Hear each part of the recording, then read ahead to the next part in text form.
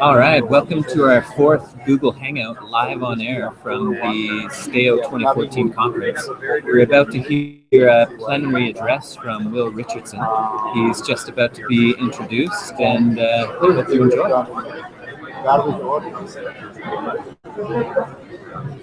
Good morning.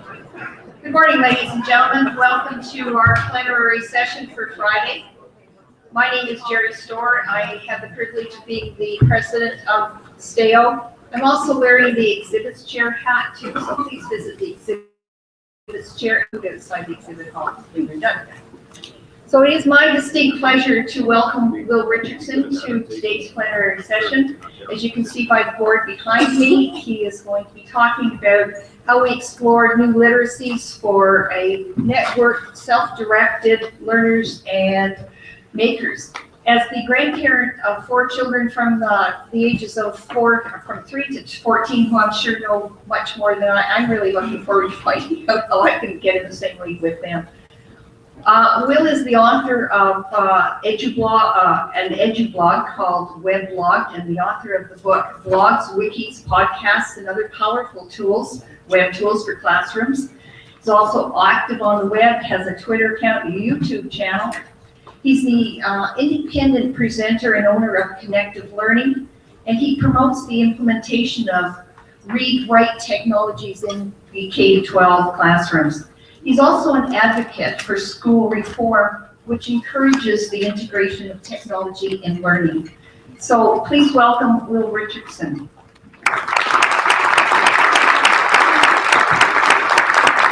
Thanks very much. Good morning, everyone. How are you? Just so I know, how many of you are back for more punishment from yesterday? All right, good. So those of you that didn't raise your hands, yesterday was an interesting hour-long session where I pretty much browbeated everyone in the room into well, I shouldn't say that, but into hopefully having a more challenging view of our roles as teachers and educators in schools and everything else. I'm going to try to expand on that today, actually, in a little bit of a different way by talking about literacy. Before I do, I'm reminded to say hello to the millions of viewers at home who are watching this on a Google Hangout live stream. I guess you could watch it too, around your tables if you want to do that. Double the fun, right? So I've got about an hour. I'm going to warn you that this presentation is probably a little bit random and a little bit all over the place. Yesterday's was pretty linear, but today I'm going to be on the computer a little bit, showing you some stuff. And I'm not going to have time to go really deeply into a lot of these things, but that's what the breakout is for. If you're interested in kind of talking about this and looking at it a little bit more in depth, the 2 breakouts that I'm having this afternoon, you can come and we can just talk about this stuff. I can show you some more stuff. But I am here to try to make your brain melt a little bit and to try to get you a little uncomfortable as I did yesterday. Today though, in a literacy context.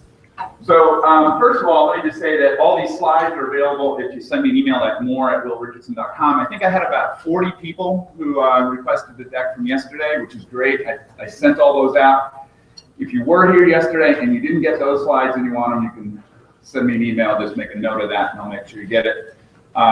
There's also a whole bunch of other links to blogs, to books, to Twitter accounts, to readings, to all sorts of things that will continue hopefully to tweak your thinking a little bit, engage in the conversation, extend the conversation a little bit more. So if you want to do that at any time, just send me an email here and I'll try to get that to you in the next couple of days. And if you're going to tweet, that is the Twitter hashtag for today. How many of you are going to do that? Few of you, okay. There were some interesting tweets from yesterday, and certainly want to encourage you to do that. Take out your phones, your laptops, your tablets, whatever, if you want to get on Twitter and just engage in the conversation in kind of a back channel while I'm talking. That's absolutely okay.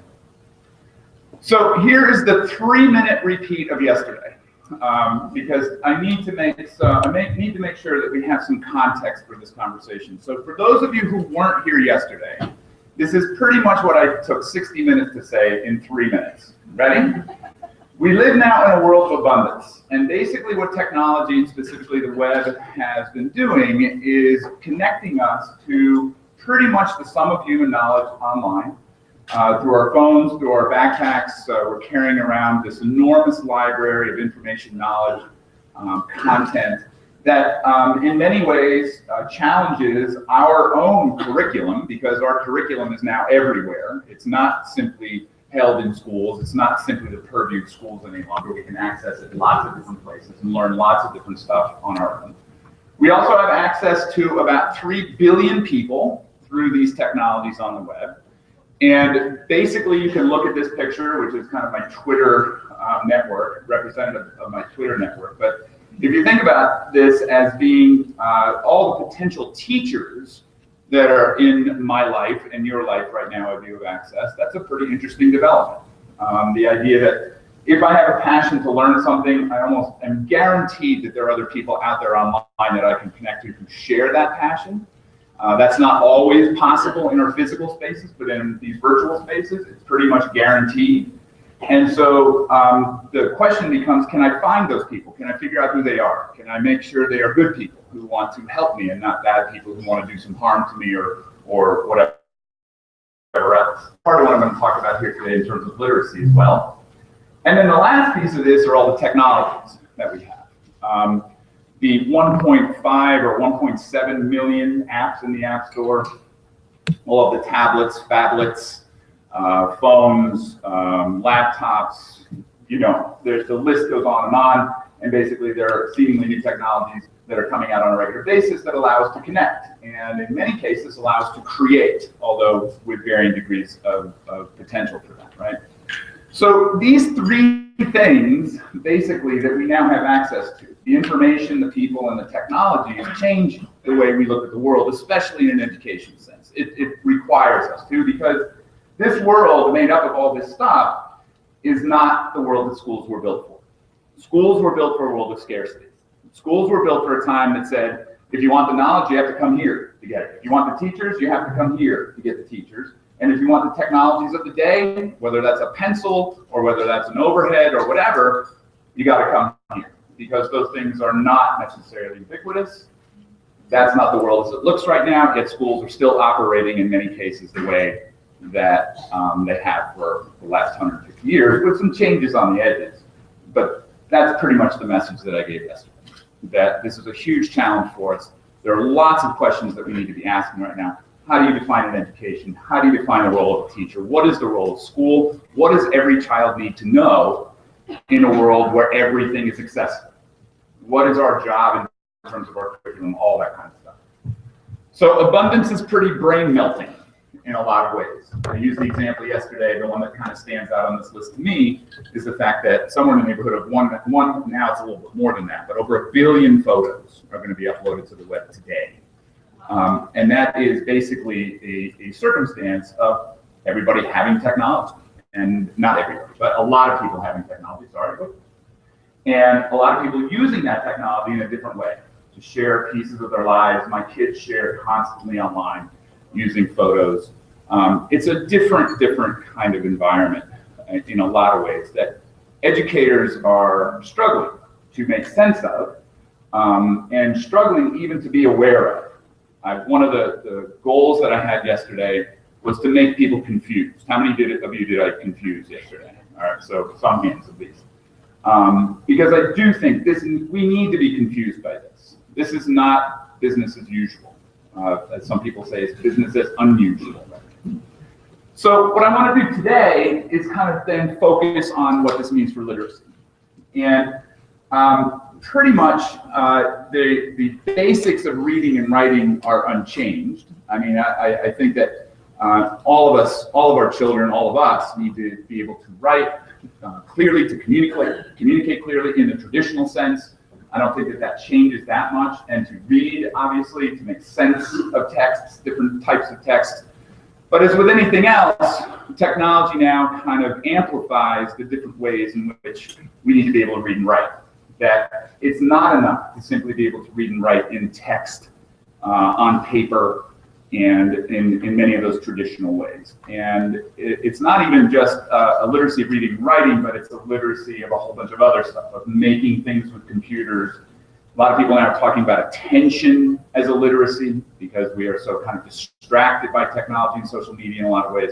So I want to touch on many of these things, and like I said, I'm going to do this in a somewhat haphazard way, but my here is, again, to get your brains to melt a little bit as to what is possible with these tools and the shifts and the kinds of literacies that go along with using them as a part of our daily practice.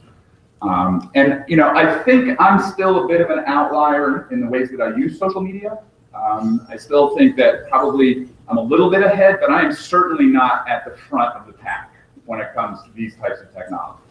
I'm giving you kind of the middle road view here of how many of us begin to use these types of tools to read and write. So the first thing I want to talk about is something that's come out of Mozilla, which is the group of people who brought you the Firefox browser. They have been working really hard on coming up with what they're calling a web literacy map. And I am extremely challenged by this definition of literacy on the web. And I'm going to talk about other literacies that deal with technology that are not simply online literacies. But I want to just explore these a little bit and talk about what these look like in practice as well. So basically, and again, all these links are in the presentation, so you can get all this stuff if you send me that email. So there are three main areas that Mozilla talks about in terms of web literacy, and I'm going to scroll this pretty fast at first, but I'll come back to this. They are building on the web, connecting on the web, and exploring or navigating on the web. So I'm just going to go through some of these very quickly and give you a sense of what they're talking about when they're talking about those three things. Composing. It is literacy now to be able to create content for the web, to be able to put up information and display it in an interesting way. As you can see, some of the things here, use hyperlinks, for instance. And I won't ask for a show of hands, but I wonder how many people in the room still have not really done any type of writing on the web that requires linked environments. I find that there are still lots of people in education who don't really know what that is or don't do that on a regular basis. Remixing, taking openly licensed work and creating something else out of it, building on something else that people have already did, but doing so in a way that is legal and ethical, which I think is a big part of what we're going to talk about here in a second. Design and accessibility, reorganizing web pages, coding and scripting is a part of literacy. So I'm going to show you just really fast, just an example of this. So how many of you know what WordPress is? I'm assuming many of you know. Okay, so WordPress is a blogging platform that is probably the most popular in the world right now. It's a free, open source kind of program that you can get, and now they're doing all sorts of design stuff. I was looking at some actually about an hour ago that was just making my brain melt in terms of what you can do with this now. But the question is, so this is behind the scenes a little bit at my modernlearners.com site, and so this is a post that I created that is in hypertext mode right here, so you can see it. I don't compose in this mode. I actually compose in this mode, which is the visual mode, so that I can kind of drag and drop pictures in, and I can bring in video, and I can bring in audio, and all that kind of stuff. But I know enough HTML, I know enough of this to make me dangerous, right? So I can go in and I can change things a little bit, and I can tweak things a little bit. But we need to understand how we get from this to this, which is the web page itself, which is complete with, again, with video that is hosted on a site called Vimeo and streamed in when you play it. That also has audio that is hosted on a site called SoundCloud. And basically you can pull in as a podcast that has a PDF transcription of the entire conversation that's going on, that has hyperlinks to further reading and further information. I mean, this is a very basic example of web page creation that is a basic literacy. That if we are going to, and if our kids are going to represent themselves in online spaces, preferably under their own domain, which is not something I'm going to talk about a lot today, but is now something that is becoming a part of the conversation. Kids should own their own spaces, because if someone else owns those spaces, lots of not so great things could happen in terms of data collection, privacy, all that other stuff. So if they own their own spaces, can they create? Can they communicate online using basic HTML, using basic types of media that's available to them? That's a basic part of literacy according to Mozilla now. Credibility is extremely important. How do you know that what you're looking at is accurate, is real, that there isn't an agenda behind it. I'll give you an example. This one's made just for you guys. I don't know if you've heard about this, but there's an endangered species out in Washington called the Pacific Northwest tree octopus. Now, it's been getting quite a bit of press lately. You can see that they've gotten some rare pictures of the octopus climbing up in the tree as it's trying to get away from the photographer and all sorts of other people who are hunting it. You come down here and you can see that the habitat of the octopus is shrinking very quickly. It's a very sad story. And the reason is because women are using these octopi as hats. You know, it's a kind of a stylish thing. You don't see too many of them, but so you're laughing, right? So Don Liu, who's a professor at University of Connecticut, went into a middle school classroom of 25 kids. And he said, I want you to look at this list of websites and try to evaluate them in terms of their reliability for some research on endangered species. And this was on that list. How many of the 25 kids do you think gave thumbs up to this particular site as a legitimate, reliable place to get information on endangered species? Any guesses? Oh. All 25. All 25 kids. That's a problem. That's a serious problem. How many of you, just out of curiosity, not with this particular site, but with one that here, I'll just show you one real fast that we use down in the States a lot, which is martinlutherking.org. I don't know if you've heard of this one or not. But basically, how many of you would know how to figure out who owns this particular domain, martinlutherking.org? Raise your hand if you could tell me how I could go find out. Don't say it, raise your hand. About 5 people in this room can tell me how to figure out who owns this particular domain. Who raised their hand over here? How do you do it? Check with the status. Check it. WHOIS. Yeah, you can go to a site called whois.com. And when you get there, you can basically put in martinlutherking.org. You can click on who is, and it gives you all the information. Did you know this? All the information on the person who registered that domain. Now, the reason this one is talked a lot about in the States is because this person, Don Blackwood, Stormfront, is a white supremacist. And basically, his organization wants to get rid of the Martin Luther King Day holiday, which is why it's basically talked about so much. But here's the deal, and I don't know if you noticed this, and I didn't really do it. But if I do a search for Martin Luther King, if I can spell it, in my search results, this site comes up 4th. Out of something in the neighborhood 5th, out of somewhere in the neighborhood of about 19 million results. So let me ask you this really fast. How many of you know with absolute certainty, in fact, I think Don said he had an iPad for the person who could give me the first right answer of this. I'm just kidding, there's no iPad. But how many of you know with absolute certainty how it is that Google ranks the results that come up in a Google search? How? You have to be 100% sure. 100% sure in the back? Number of visitors to the site, that's incorrect. How much they pay. How much they pay, that's incorrect. You know I know. Yeah. My previous preferences. Huh? My previous preferences. Okay, now, so that's a great answer. He said, my previous preferences. You know that Google, basically, if you're logged into Google, it's collecting data on you, how you search, where you go, all that type of stuff. So if you're logged into Google and I'm logged into Google, and we put in the same search term, we're going to get 2 very different results.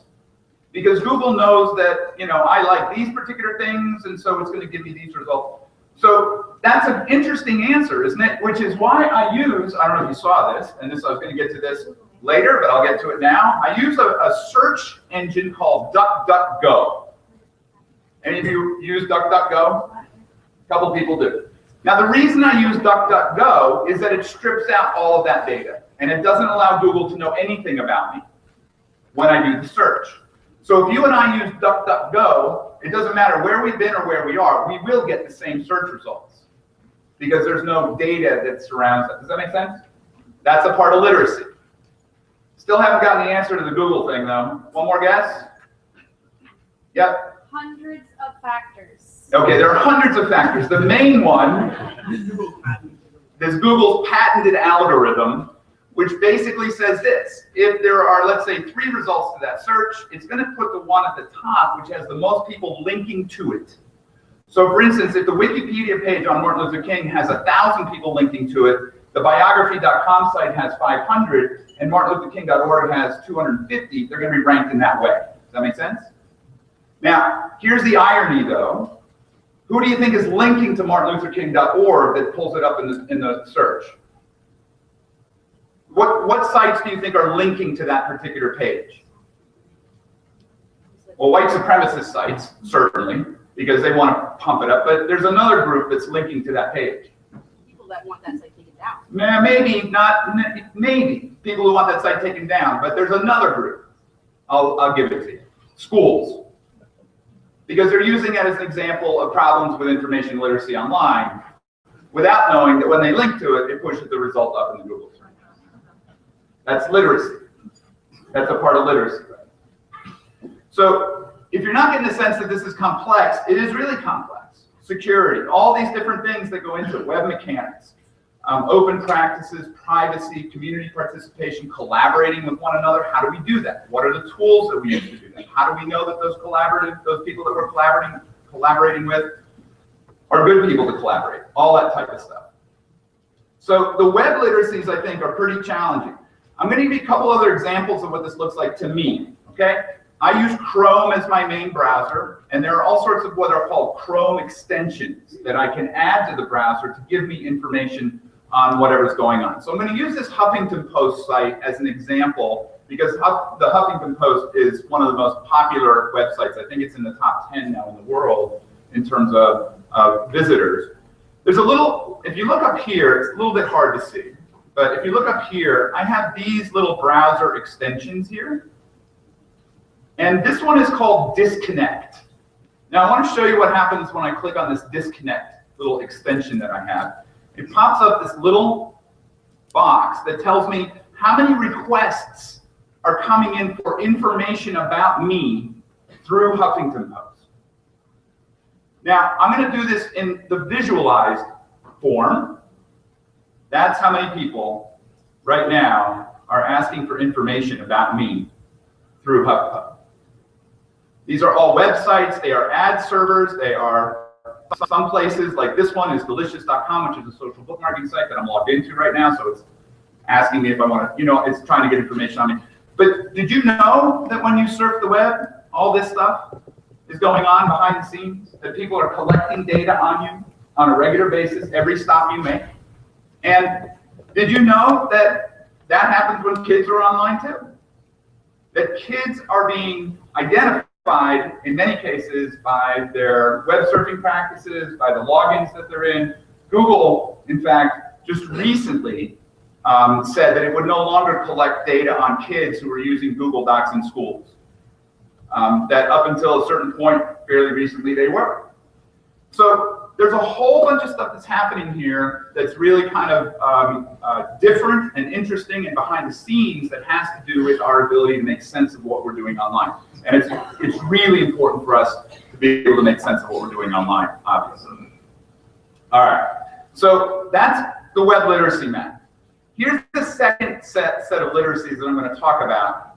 And this one comes from the States, from the National Council of Teachers of English, which I think has done a really good job, actually, of getting ahead of how we talk about literacy in a more concrete reading and writing sense. The NCTE says literate readers and writers have to be able to do 6 different things. I'm going to go through these fairly quickly, but it'll give you a sense of, again, the complexity of this. And they say, in an interesting way, as only English teachers could, that these literacies are malleable, that they are changing, that this is not, you can't simply look at these and think, well, that's the way it's going to be for the next 10 years. It may not be like this for the next 5 years. So literacy is this evolving thing. It's no longer something that's kind of just set in stone that we can kind of go back to and use that frame. We have to change that frame all the time. So here's number 1. This is the first thing they say about literacy from the National Council of Teachers of English, that you are illiterate if you have not developed proficiency with the tools of technology. And I think that's really interesting, that that's the first bullet point that they have. That they are suggesting that you can't be literate these days if you don't have some sense of the role that technology plays in learning and writing and reading and all that kind of stuff. So what does this mean? Well, it means all sorts of different types of tools. We have social tools, obviously, social sites like Twitter and blogs and Facebook. There are multimedia things. I'm going to talk about those in a second. Apps, mobile, programming, gaming. All of these are a part now of having proficiency with technology. That we have to at least wrap our brains around gaming, even if we're not going to be gamers. Because a lot of your kids in your classrooms are gamers. How are you counseling them about gaming literacy, if you will? About what they're doing in the context of those environments if you have no experience there or you don't really understand them for yourself. So we get Twitter. Now, for those of you that aren't on Twitter, I'm probably going to make you run for the exits here as I show you my tweet deck. This is the way that I consume Twitter. This is where I interact with Twitter. And you can see over here, by the way, if you haven't started on Twitter and you think you might do so, I'll tell you that a lot of people in my network say it's among the best PD that they have right now in terms of connecting with other people and pulling information in that they find really interesting. But the secret to Twitter, I'll tell you right now, is all about who you follow. There's no requirement that you go into Twitter and ever tweet. It would be nice if you did, but you don't have to. If you go into Twitter and you follow really good people, you will have this kind of steady stream of information that is hopefully relevant to you. If you're following other science teachers, if you're following other chemistry teachers, physics teachers, whatever else, you'll get this kind of ongoing stream of curated information from them that hopefully will be worth the 15 or 20 or half an hour that you put into it. Now, I'm a little nutty with this, and I don't read more than maybe 100 or 200 tweets on any given day. But this first column here are the people who I follow. So these are mostly educators, but certainly people in journalism, people in the environmental realm, people who over the years I've come to respect and who bring me information. I personally only follow people who share links.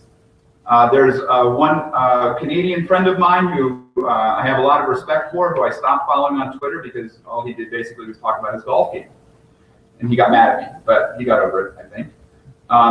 I'm looking for, a really tightly, kind of powerfully put together stream of information that that I can read and that I can go to on a regular basis. If you ever want to get a hold of me on Twitter, just use my Twitter name @WillRich45, and that shows up in this column. But as you can see, I go through here. I follow EdChat, I follow EdReform, which are hashtags. And I know you're getting overwhelmed. Modern Learners, parenting. I have a couple people who I just read all of their tweets because I don't want to miss them. And basically, this is what my Twitter consumption looks like. Looks like fun, right? And I'm not in therapy, not yet. And by the way, here's where I'm stalking my daughter, just so you know. Twitter is an interesting place, and I think you need to understand what Twitter is. I'm not saying you necessarily need to use it, but I think you have to understand what the potentials of Twitter are. The potential of Twitter is that it's a really interesting connection point. It's where you can start building these types of networks that are pretty important. To program, sites like Scratch, that is put out by MIT.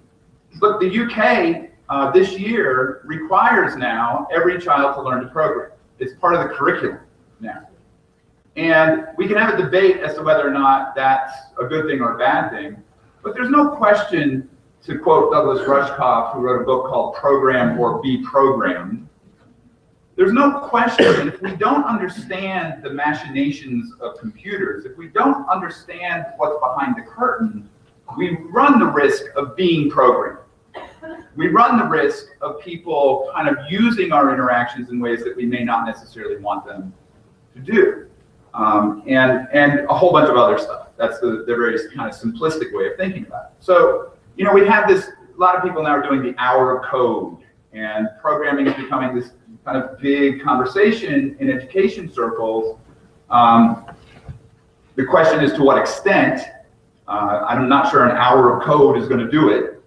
But you get the idea. It's something that I think we need to understand, especially if we want to use the power of these devices to their utmost potential. I mean, really, when you look at this is a creation device. This is, as Seymour Papert used to call it, a mud pie. in terms of making things. But it's only if we can get behind it and think about it from a programming standpoint that it really becomes powerful. Gaming. I talked about Twitch yesterday, this site where you can go and watch people live game if you want. Literally, it's live streaming gaming, people narrating what they're doing in the games. And it's a huge thing right now. Gaming is exploding. And if you don't think that gaming is coming to education, just wait. There are a lot of people now, you know, what Assassin's Creed, anyone play Assassin's Creed? Now, I saw a couple people who tried to make the case that kids in America could learn more about the American Revolution by playing Assassin's Creed than they could by sitting in history class going through the textbook. And the newest Assassin's Creed, I think, is set actually in the UK. In you know, these historic settings where you can learn a lot of stuff just by playing the game. So games are coming. Science games are coming. Certainly math games and things like that, definitely going to be here. And the app stuff, right? Someone asked me yesterday in one of the sessions, she said, I don't even know where to begin to find apps. I mean, there's so many of them. How do you know what's good, what's bad? Well, part of the literacy these days is that you have a really good network that can help you vet this stuff. You can't go through 1.5 million apps to figure out what the best ones are. You have to have other people who are you're offloading some of that work to. Twitter's a great example of how to do that. Second thing from NCTE, build relationships with others to pose and solve problems collaboratively and cross-culturally. Now, I mean, that's a pretty interesting statement, especially, I think, the cross-cultural piece, which is very difficult sometimes in our communities, which are not very, especially in the States, a lot of them are not very culturally diverse. So how do we begin to connect kids into these places where we can explore different cultures, where we can learn with people from other cultures? Now, I'm going to give you one example of this, and I kind of call this network literacy, but really, and I agree with this metaphor, in many ways, networks are becoming the new classrooms. This is my classroom for my inquiry on what happens when everybody in classrooms and everybody in schools has access to the web. What happens when all of a sudden access to information, people, and technologies become ubiquitous? How does that change us? That's my guiding question right now in my professional life. And that's my classroom right there. These are represented, this is my LinkedIn graph, right? So you can go, if you're a member of LinkedIn, you can go and you can output this as this fancy, you know, pretty little picture. But what this represents to me are potentially all my teachers. And by the way, I want kids to have something like this by the time they graduate school as well. I want them to understand what it means to learn in networks with people outside of their physical spaces. Again, I said this yesterday at some point, but you realize, don't you, that if you told me right now that I could only learn with the people in my face-to-face world, you'd be eliminating probably 99% of my ability to learn. But yet that's what we tell kids every single day when they walk into our schools, and we say, no, you can't connect to people outside the classroom. You can't use your tools and technologies to create things and share them online. You only can do what we tell you to do inside the classroom with this kind of narrow curriculum. So I know this is, you're not going to be able to read this, I'll zoom in on this a little bit, but this is kind of a graphic that I think is pretty interesting. If you're going to collaborate and work with people online, and you're going to find that cross-cultural, if you're going to be literate in that sense that NC is about, at some point you're going to have to participate. And I think that this is a very interesting way of thinking about what happens in the process of becoming engaged in these networks and communities online. So at the very outset of it, basically, you don't exist to me. If I can't put your name in a Google search or go to LinkedIn or wherever, if I can't find you anywhere online, we can't learn together. Because I'm in New Jersey, you're up here. You may be doing really interesting stuff, but I cannot learn from you because you're not sharing. So you're at the outside here. I don't know of your existence. But then what happens is, as basically we move in, that you do start to share. I find you, you find me. We go, as we kind of move in, we have maybe even a closer relationship in terms of we decide to collaborate on something. You know, we start a Google Doc together. And we start throwing some thinking together. We maybe write a book together. I wrote a book with a friend of mine when he was in California and I was in New Jersey. I mean, so, you know, we kind of move in, and then at the center of this, it gets really interesting because we share wins together. And I probably have about 6 to 10 people in the center of that circle that I consider really, really close friends who I didn't know before I met them online. They were strangers to me online until I met them and began to work with them, and we kind of moved in. We kind of moved in on that circle into this center where now we invest in one another and we advocate for one another, and it's a pretty cool place. Now, I'm not here to tell you that this is all wonderful, that this process is easy, that there aren't missteps, that there aren't kind of really not so great things that happen in this process. There are. The web is not perfect. And I don't know if I put it this way yesterday, but the web is actually, I think, going through a very ugly period of adolescence right now, where there's a lot of people who are not doing such wonderful things. And we're going to have to figure out how to work through that, because I still believe that the web can be a place for good. They may not be, in 10 years, places like Facebook and Twitter, however. They may be more kind of smaller salons, smaller kind of groupings where we interact, and there are good things and bad things about that as well, but it's complex, there's no question. Design and share information with global communities to meet a variety of purposes. So I'm going to show you a video that was created by a young woman in New Jersey at her school as an kind of a reflective assessment for her art class. I think this is pretty cool. Hello, my name is Sarah Almeida. I'm a sophomore in the academies at Wilton High School, and this is my marking period 3 project on creativity. And we had a choice of whatever format we wanted, so I thought it should be creative and something I really enjoy doing. So you all get to watch a video of me doodling and talking about it for the next 5 minutes. Wow! Yay! I hope you enjoy it. So, question 1. What is my creative medium? A lot of people... I'm going to mute that, you get the idea. But this is an interesting way of asking for an assessment, right? This is an interesting way of reflecting. And I think it says a lot more about this particular student than some type of reflection that's just typed out and handed in on a piece of paper. Now, the interesting thing about this is that unbeknownst to her, but with her permission, I think he got her permission. But unbeknownst to her, her principal wanted to put this up online, and she didn't know when she made it that this might go online. So she said yes, and he had a big following on Twitter, so he tweeted it out, and before she knew it, she had thousands of people that had watched this video, and she was really kind of amazed by that. She ended up making another video thanking everybody and telling everybody how she made this video, because everybody was asking, how did you do that, right? What's the tool that you used to do that? So, you know, it is this idea that we can communicate in different ways, that we can begin to represent ourselves in some very different ways that I think are pretty interesting. Manage, analyze, synthesize multiple streams of simultaneous information. So this basically is the 3-week information literacy unit that you have sometime probably in your 8th grade, year 8 or year 9 or somewhere. A lot of schools still treat this like it's something that you can check a box. That, you know, here are the things you need to be able to do: manage, analyze, synthesize. I don't think most schools and most of us, our practice really comes close to what this is actually talking about. So we're talking about now the kind of interesting word is curation. There's too much information for any one of us to make sense of. Would you agree with that? Is there anyone in this room who individually can make sense of everything there is on? There's not. You can't.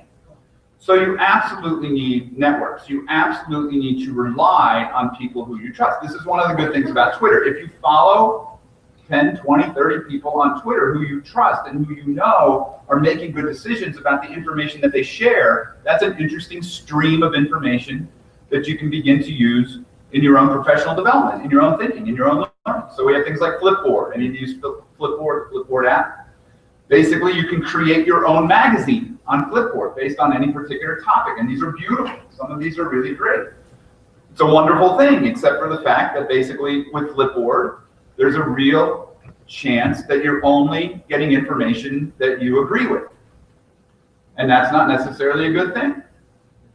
We talk a lot about the echo chambers online, where we're just kind of, you know, in these groups where everybody agrees with one another and we'll all pat each other on the back and life is wonderful. And there's this whole other conversation going on over here that none of us has tapped into, and we're not being challenged, we're not listening to both sides. You get what I'm saying, right? And in this world, it is exceedingly easy to retreat to whatever edge of the web or whatever edge of media you want to retreat to. And I know this because we just finished our midterm elections in the United States.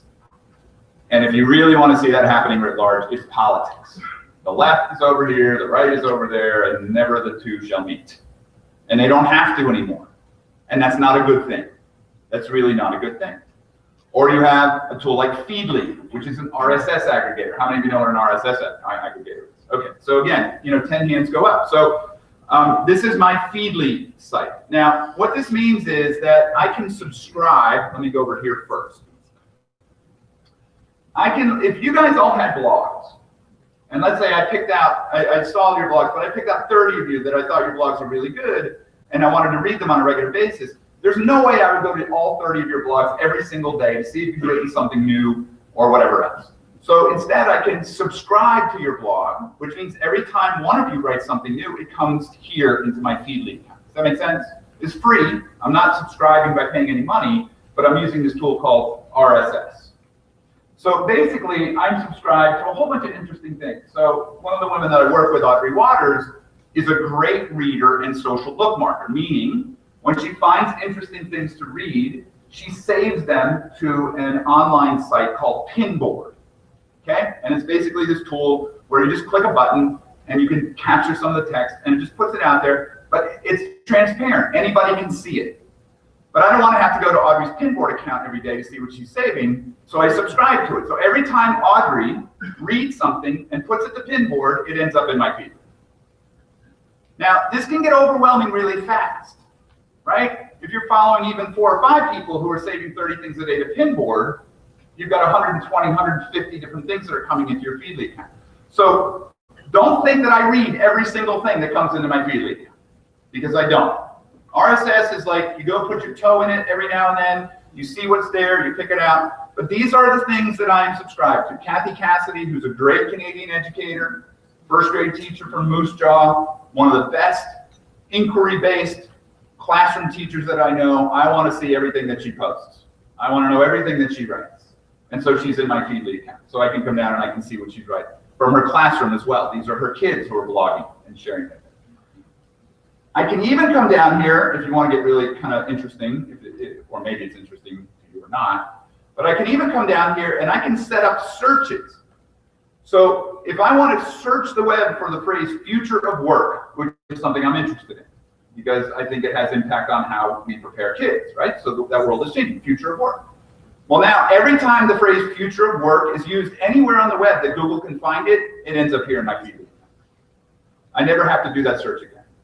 It just constantly comes to me, and I can constantly go through that and see basically what's new, what's not. Now, again, this gets overwhelming, but this is a pretty interesting tool. So here are all the new links that basically have come into my Feedly account in the last hour or so. Let's see. Well, Audrey just posted something this minute, and it's about Indian company skills test for college graduates from Inside Higher Ed. So I can come down here, Seattle Public Schools fires law firm after failure to redact expose thousands of names or whatever else. Breaking news, 97% of seniors at Colorado High School boycotted the state test in history today. 97%. Well, I'm going to click on that. You're going to have to give me a second here because I want to read that, right? So I'm going to click on that. And it gives me basically a little snip, but if I want to read that, I just click here, and now I go to the website where that came from, and now I can read the whole thing. I can get a link, I can go to the article about it from the Denver CBS station, which posted it. Pretty cool, okay? Pretty cool that they boycotted it, and pretty cool that I can read it. All right, so manage, analyze, synthesize multiple streams of simultaneous information. This is what I'm attempting to do in this case. Now, I've got a lot of decisions that I can make here in terms of what I do with this particular article. I can tweet it out, right? Which would be kind of cool because then, a whole bunch of other people can find it and read it. That would be nice. Or I could pin it to my own Pinboard if I want, or I could save it to Evernote. How many of you use Evernote? All right, not so many.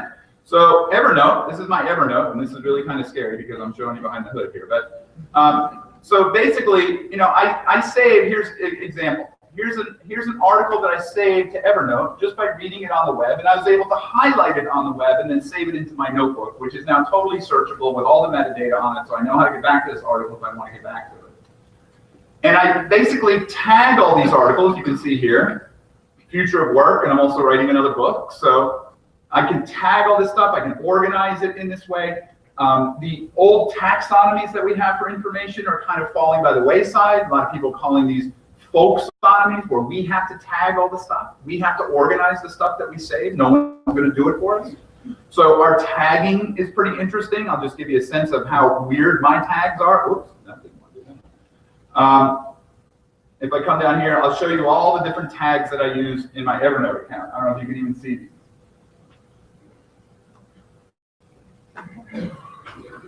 Should I keep going, or you get the drift, right? Now, the other cool thing, I'll just show you this really fast as well. If I go back to this Huffington Post one, I can use a little tool in Evernote called Clearly and watch what happens from a reading standpoint. I haven't really talked too much about reading, but you know, this is a pretty busy web page. There's a whole bunch of stuff on here that I'm really not interested in. So let me just strip all that stuff out and let me just read the good stuff. Pretty cool. And then I can come in here and I can highlight things if I want, and I can save it to my Evernote, all highlighted, all saved, all that stuff. Cool? Okay, I'll take silence as we're good, all right?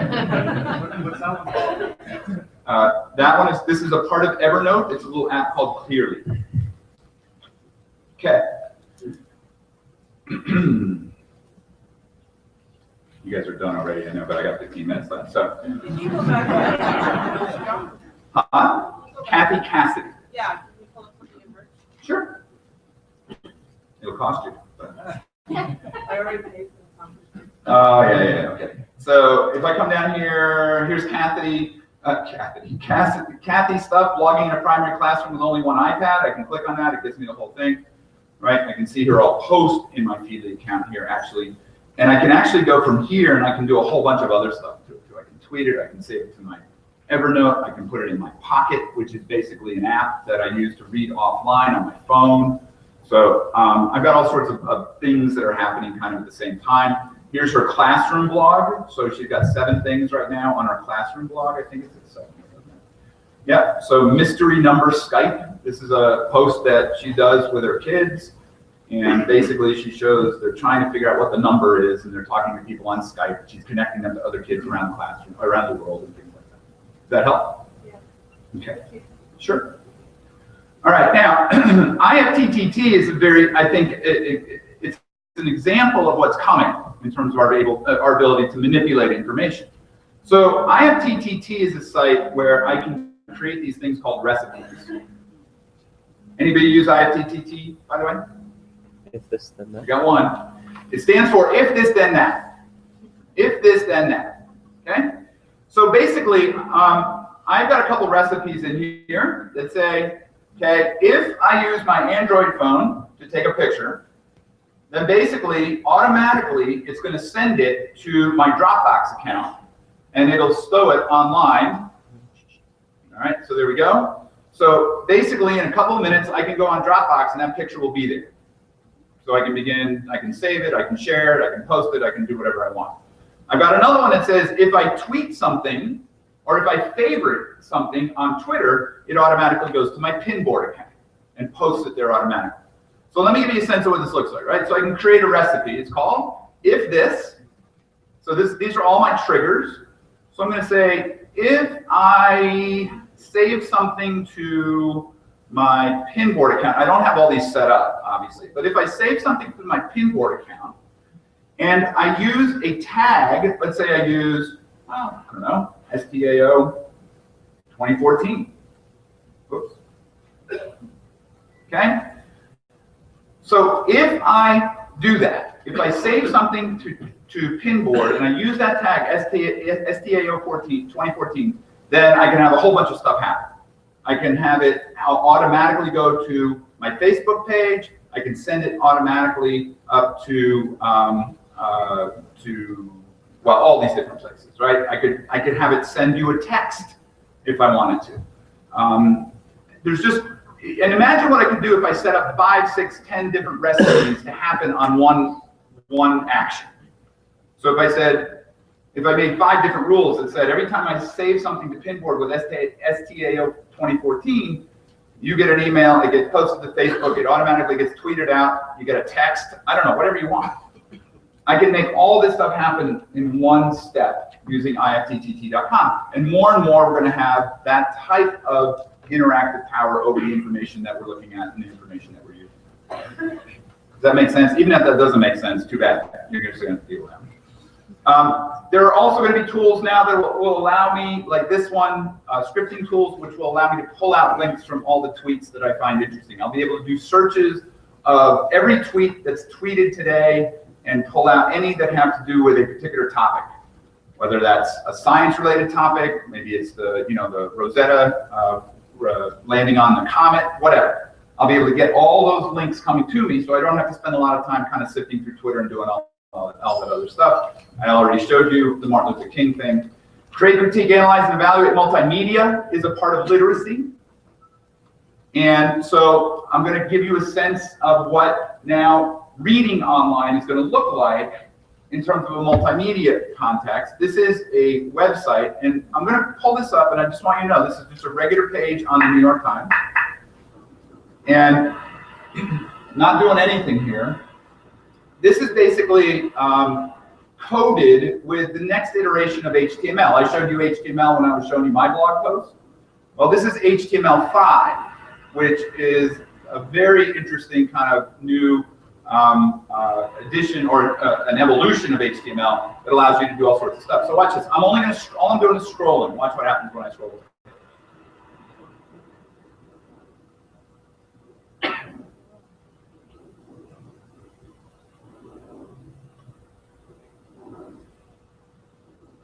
And now I can read that particular article if I like.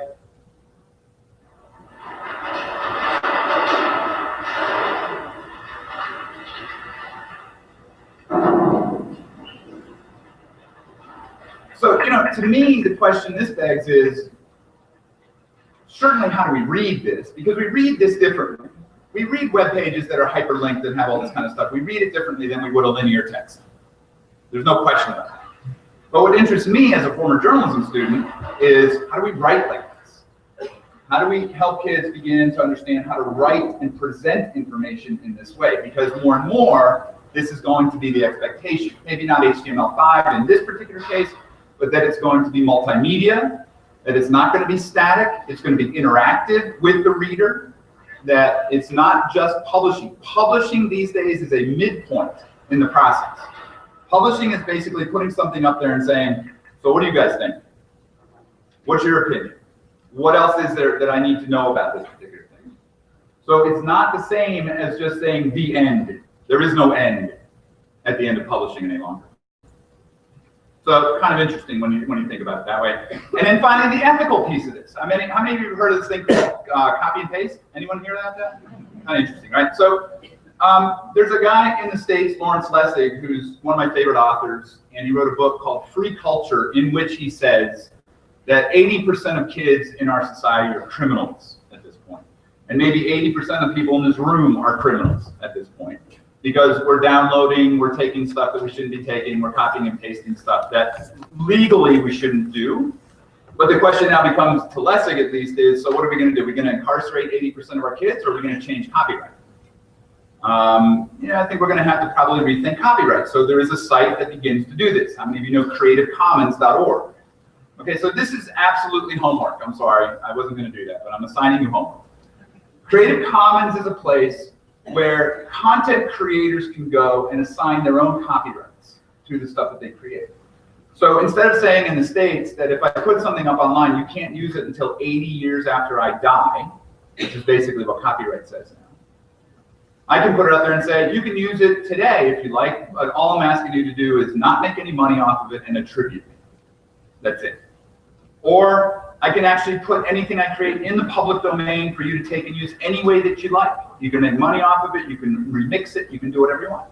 But there's all sorts of levels of copyright that basically I can use to assign to the work that I create. And when kids are being creators, they need to understand that those are some of their options. They need to understand that they can basically take ownership over how the content is used. So that's NCTE, and I think just really fast, there are a couple things that are missing here. Number one, attention literacy, which I mentioned before. This idea that now, it may not be such a bad idea if we just put everything away for a while, and just focus on where we're at, focus on what we're doing. Interestingly, a number of people have begun to write about this in terms of mindfulness in schools. And that basically, there are a number of places now that are helping kids become more mindful of what they're doing. One school in particular in San Francisco, who twice a day a bell goes off and everybody just kind of puts everything away, gets comfortable, just sits, closes, folds their hands, takes a deep breath, and everybody just sits for 5 minutes. That's it. And they just kind of breathe, and they just kind of relax, and they just kind of center themselves. Just like mindfulness, that if you do mindfulness practice, that's exactly what it is. There's a book now, Mindfulness in Education. It's pretty interesting. What's been the result? Discipline problems have gone way down. Test scores have gone way up. I mean, it's all good, and they can connect the two. That kids are just much more kind of calm. They're more focused because they get regular practice at doing that. And in this world where there's so many distractions, that's a pretty interesting and I think a pretty important thing for us to talk about. So of course you can do this online. I have this thing on my web browser, this thing called Get Focused, which basically if I click it, it says, okay, how long do you want to block this site for? So if I'm finding myself checking my Gmail account every 2 minutes, I can go, oh, I gotta get some work done.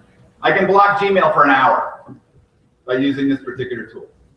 Unless, of course, I log my entire computer off and then log back in again, in which time I can get on Gmail. Or I can go on my phone, obviously, but you get the idea. So there are tools now that are attempting to help people stay focused. You can find some irony in that or not, but certainly that's one part of it. This is Howard Rheingold, where he talks about NetSmart. Part of it being this whole idea of mindfulness and metacognition is a very, very important part of it, and that attention can be trained. That it's not something that just is out there, that can't be kind of worked on. And the last piece of this then, computer literacy. Now, I'm going to talk a little bit more about this tomorrow if you're going to be around, but there is this kind of new movement called the maker movement. Any of you heard of the maker movement? Any of you have any maker spaces in your schools yet? Okay, a couple of you do. You're going to be hearing about this because it is this use of these very kind of cheap and portable technologies. I mentioned some of these yesterday: Raspberry Pis, Arduinos, Makey-Makeys, where people are constructing useful things by programming these little devices. Some of them are really fun. Some of them are live in the real world and can do real interesting stuff. So Seymour Papert, who is one of the most influential thinkers in my life, wrote a book called Mindstorms about 25 years ago. If you haven't read Mindstorms, I would urge you to read Mindstorms. It is still the best text on understanding technology and learning together. Anyway, you can make a lot more interesting things. And I'm just going to give you a little taste of this because I'm almost out of time, which I know many of you are happy about. But this is a drawing that a 5-year-old girl brought to her dad. And she said, "Daddy, I really need this." And he happened to be a little bit of a geek and basically took it and put it through a CAD program. So he cleaned it up a little bit. And then he also had access to a 3D printer. Now, if you haven't seen 3D printers, you will. You will see 3D printers. 3D printers are coming off the market, are coming on the market now for under $500. Certainly, there's one that's trying to put out one for $300. The idea is you can print that tractor at your desktop. There's one upstairs. There's one upstairs. Go look at it if you haven't. Okay? You haven't wanted the conference yet. Huh? You haven't wanted the conference yet. I haven't. No, I know. So basically, you can put that CAD program in, you can put that program in, and you can print out stuff. So what her dad ended up printing out was this, which is a pink toothbrush holder so that she could protect her toothbrush from her skeevy 7-year-old brother's toothbrush who kept getting his germs on hers. And now she basically understands that she can make things of use in her own life. She can design, she can create, and she can make. And that's not something that happens a lot in schools, but it's going to start happening more and more in schools as we go forward. So what is the literacy around that? What is the literacy around making those types of things? So I'm going to leave you with a big question, right? You already know what it is. You already know what it is. how do we help our kids become literate in these spaces if we ourselves struggle with literacy in these spaces? And again, I'm not throwing anybody under the bus. Yesterday I said a couple of times, this is not what you guys signed up for.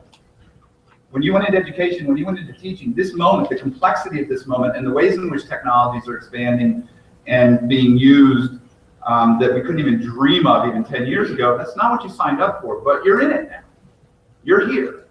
This is how literacy is changing. And I think at some point it's incumbent upon us to try to figure this stuff out for ourselves. All of this stuff starts with our own understanding of what this looks like in our own lives. I give myself a B-. I'm not an expert at it. There are things on that list that I don't feel very literate about. Was that not, I should have given myself, what, an A+ or something? Yeah. Sorry. I get an A+. But hopefully that gives you some sense of where we're at, some sense of where literacy is going. If you want to talk more about it, please come to my sessions this afternoon. Thanks very much for your time.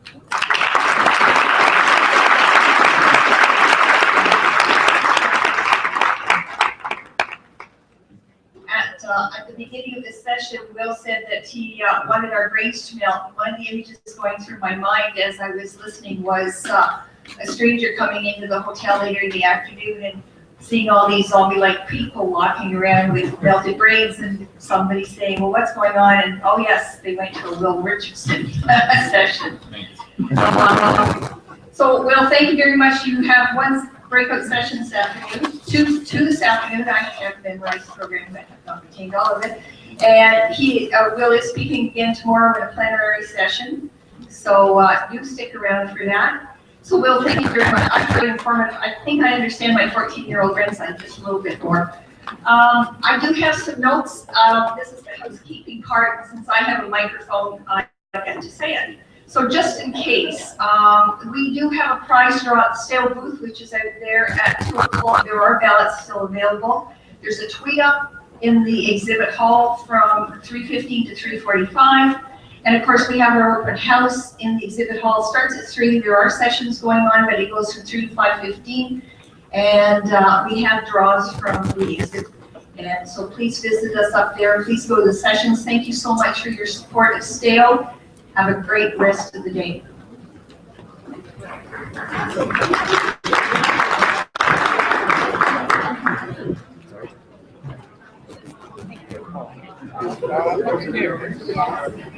All right, thanks for joining us for the plenary talk here at the STAO Conference 2014.